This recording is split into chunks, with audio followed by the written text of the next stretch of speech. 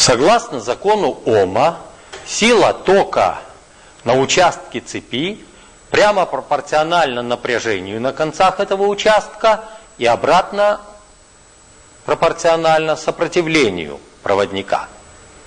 Проверим это на опыте. Собранная установка представляет собой последовательно включенные источник постоянного напряжения, нехромовую спираль и амперметр.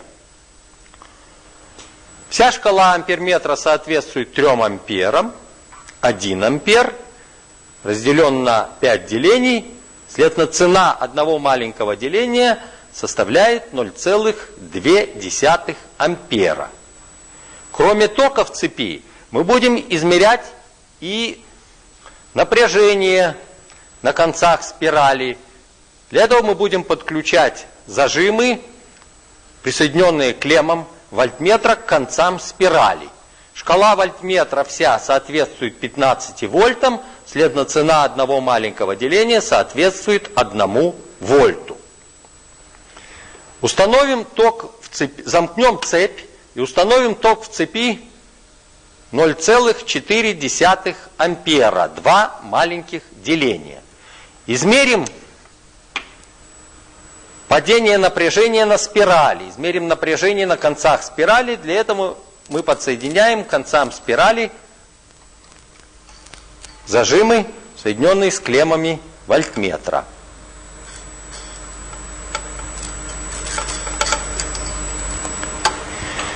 Мы видим, что при этом токе напряжение на концах спирали составляет 2 вольта.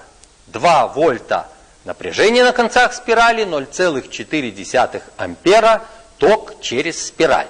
Увеличим напряжение в 2 раза, установив 4 вольта величину напряжения. Мы видим, что и ток при этом возрос в 2 раза, составляя теперь не 0,4, а 0,8 ампера. Если по сравнению с исходным напряжением увеличить напряжение в 3 раза, вместо 2 вольт я устанавливаю 6 вольт, то мы видим, что и ток при этом возрастает также в 3 раза. Вначале он был 0,4, а теперь 1,2 ампера. Мы можем поэтому сделать первый важный вывод. При неизменном сопротивлении величина тока на данном участке цепи прямо пропорциональна напряжению. Во сколько раз возрастает напряжение, во столько же раз возрастает и ток.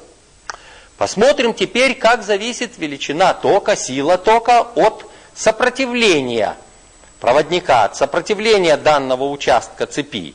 Для этого мы будем напряжение на концах участка поддерживать неизменным и менять сопротивление. И будем наблюдать, как при этом будет изменяться ток. Установим на концах участка цепи, на концах всей спирали напряжение 3 вольта. 3 вольта. При этом ток в цепи составляет 0,6 ампера. Изменим сопротивление участка цепи, для чего переставим зажим вольтметра в новое положение.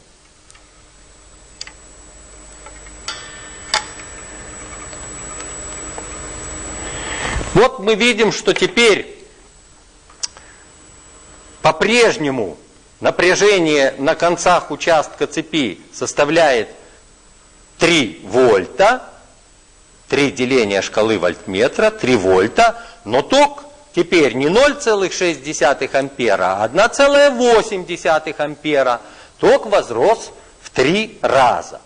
Поэтому мы можем сделать второй важный вывод. При неизменном напряжении на концах участка цепи величина тока обратно пропорциональна сопротивлению.